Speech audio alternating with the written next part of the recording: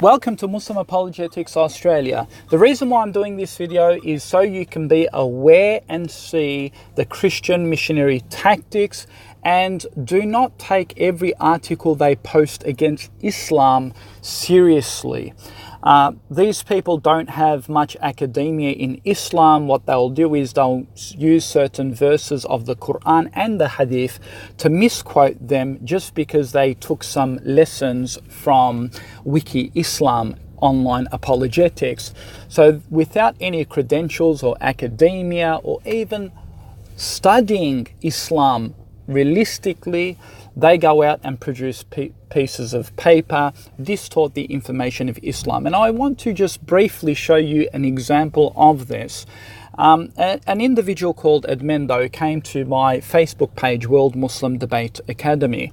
He started posting his paper, and I just read through the first paragraph, and immediately I saw an error. And I thought to myself, did he really consult Islamic scholars? Did he really look at Islam and see what it really teaches? Or did this person just quote some verses from here and there, try to bring his own misinterpretation and then present it as some academic paper of his? So what we'll do is we will have a look quickly. I'll share the information with you and show you how they actually distort the information. So he posts it on his personal blog. It's called According to Islamic Sources, Exploring Islam Part 3.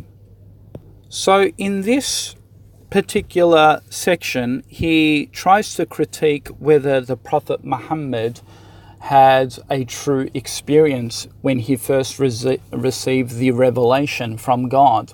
He basically tried to conflate the whole event into a dream to say, look, we shouldn't really trust dreams because, dreams could be false, they could be from Satan and so forth. Therefore, whatever Prophet Muhammad was saying, it wasn't a reality, there wasn't any real witnesses, it was basically a hocus pocus, it was just basically part of a dream.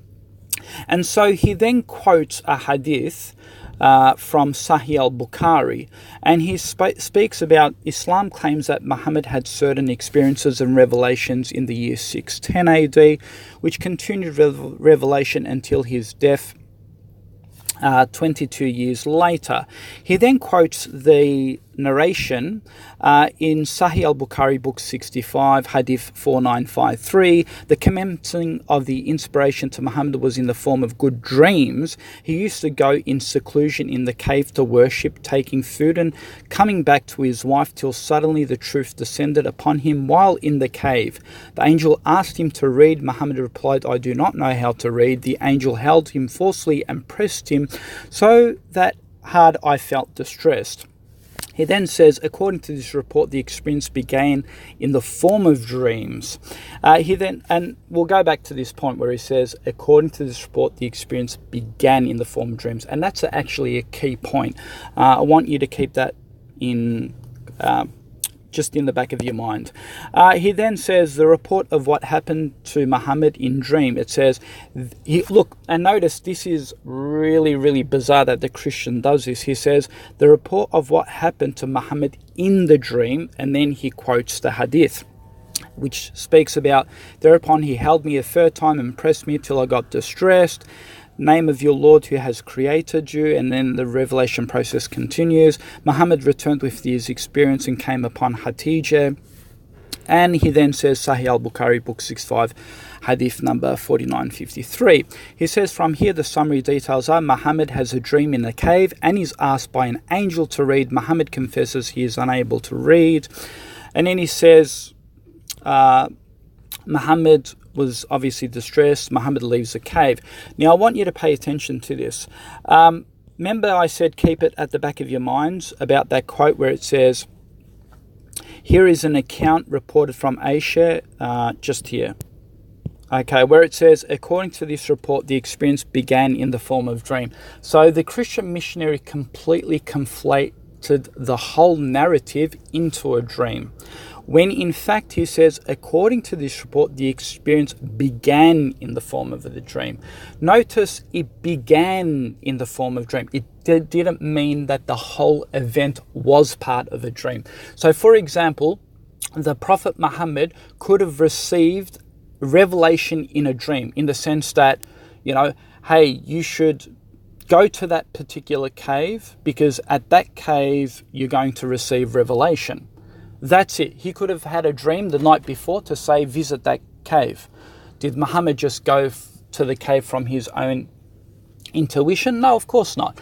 Allah guides him to the cave. So he may have had the dream from a previous night before and so forth to go to that cave. Now, when he went to the cave, it doesn't mean that that whole experience was part of the dream. And so he actually lies by quoting Sahih al-Bukhari, saying the report of what happened to Muhammad in the dream. So if we go to Sahih al-Bukhari, let's have a look. If we go to Sahih al-Bukhari, this is the reference he quotes. And notice at the beginning of the hadith, it doesn't say that the whole event occurred within the dream. It says, narrated by Aisha, the commencement of divine revelation to Allah's Messenger was in the form of true dreams in his sleep. For he never had a dream, but it turned out to be true and clear as bright as day. Then he began to like seclusion. So notice, the first part of the hadith says that the divine inspiration came to him in the form of true dreams. So again, just as I explained, that the thought of going to the cave may have come to him in the sign of a dream. But then there's a full stop, and then it says, then he began to like seclusions, meaning that he used to leave his wife to go to seclusions.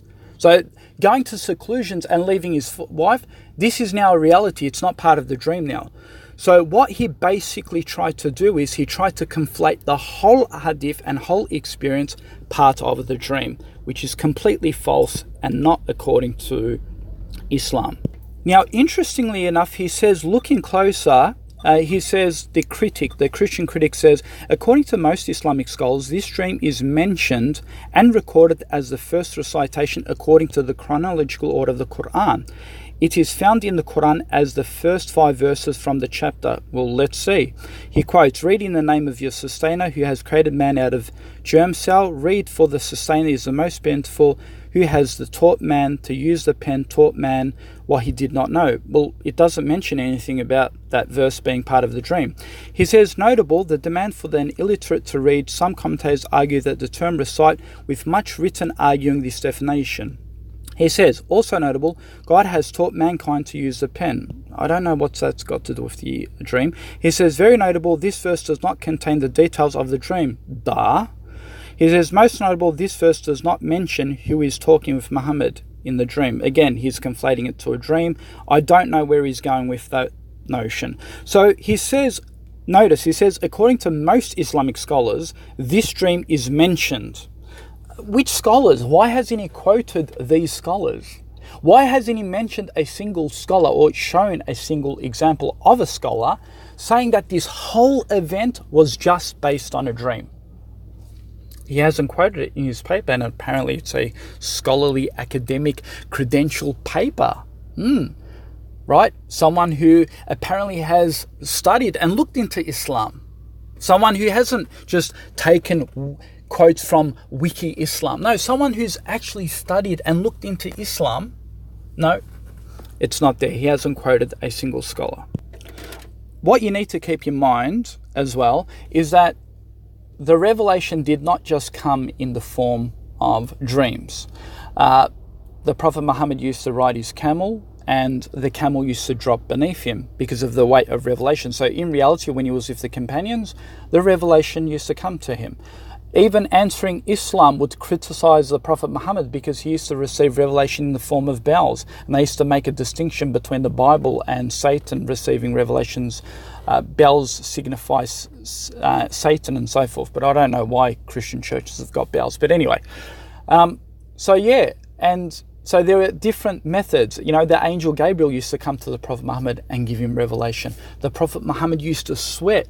And, you know, Christian polemics would say, oh, look, you know, the Prophet Muhammad used to have epileptic fits. Because in reality, he used to feel the tremors of revelation. So they used to try and put a parallel between the two. So why is Edmendo, the Christian critic, trying to say that Prophet Muhammad used to receive revelation in dreams? Was it the only method? No. So notice there's so many inconsistencies here. In one instance, they say that Prophet Muhammad used to receive revelation through dreams, but then they ignore the things that used to happen in reality, but then they used to blame the things that used to happen in reality. It's amazing. I mean, even Christian critics would say Prophet Muhammad used to get choked in the cave by the angel and strangled, and they used to say he felt pains. And I'm thinking to myself, well, okay, if this was just based on a dream, why are they then slandering the Prophet Muhammad and saying he was physically choked by a demon? I mean, I don't really get that. I mean, if it's just a dream, then why are they accusing him of being physically harmed? In fact, Christians would make fun of the event of the cave. They'd say, oh, look, you know, the Prophet Muhammad was trying to throw himself when he didn't receive the revelation from a mountain. He tried to commit suicide, and they laugh at the Prophet Muhammad as they look. Well, again, why are they laughing at that event if that was just based upon a dream? I mean, you can't turn around and say, oh, you know, when he was receiving the revelation, that was part of the dream. But then when he wanted to throw himself from the mountain, oh, no, that's just somehow now a reality now.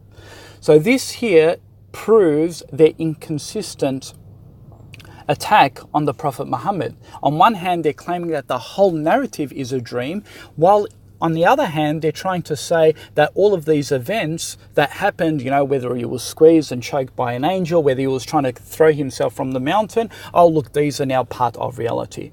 This goes to show, folks, that the true narrative is, yes, the Prophet did receive revelation to go to the mountain in the form of a dream, but once he got there and secluded himself, it doesn't necessarily mean that part of the event was part of the dream.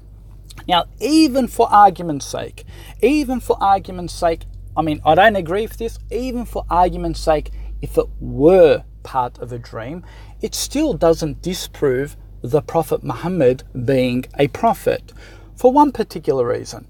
A Christian believes that his Bible is the Word of God. They have a chapter called the Book of Revelations. It's actually based upon, I think, a man called John, based on his dreams, what he saw in a dream of future events and so forth. Christians never critique that and say, oh, look, just because it was based on a dream. None of them say, oh, it's not authentic. No, they accept it. So then why the double standards when it comes to the Prophet Muhammad and receiving, let's say, the whole story in the form of a dream? Doesn't make sense now, does it? So this is why Christian apologetics, you know, any random person who wants to write a paper online, do not trust their papers. Look at real people. I mean, I'm not saying don't go to Christians. I'm saying look at their papers, but most of them are just, you know, these are just internet people who haven't really studied or have got any credentials in Islam or Islamic theology. They just copy and paste a few information from Answering Islam or Wiki Islam, and then they try and misinterpret the text and present it as evidence. Don't take any online troll as serious, honestly. Thank you.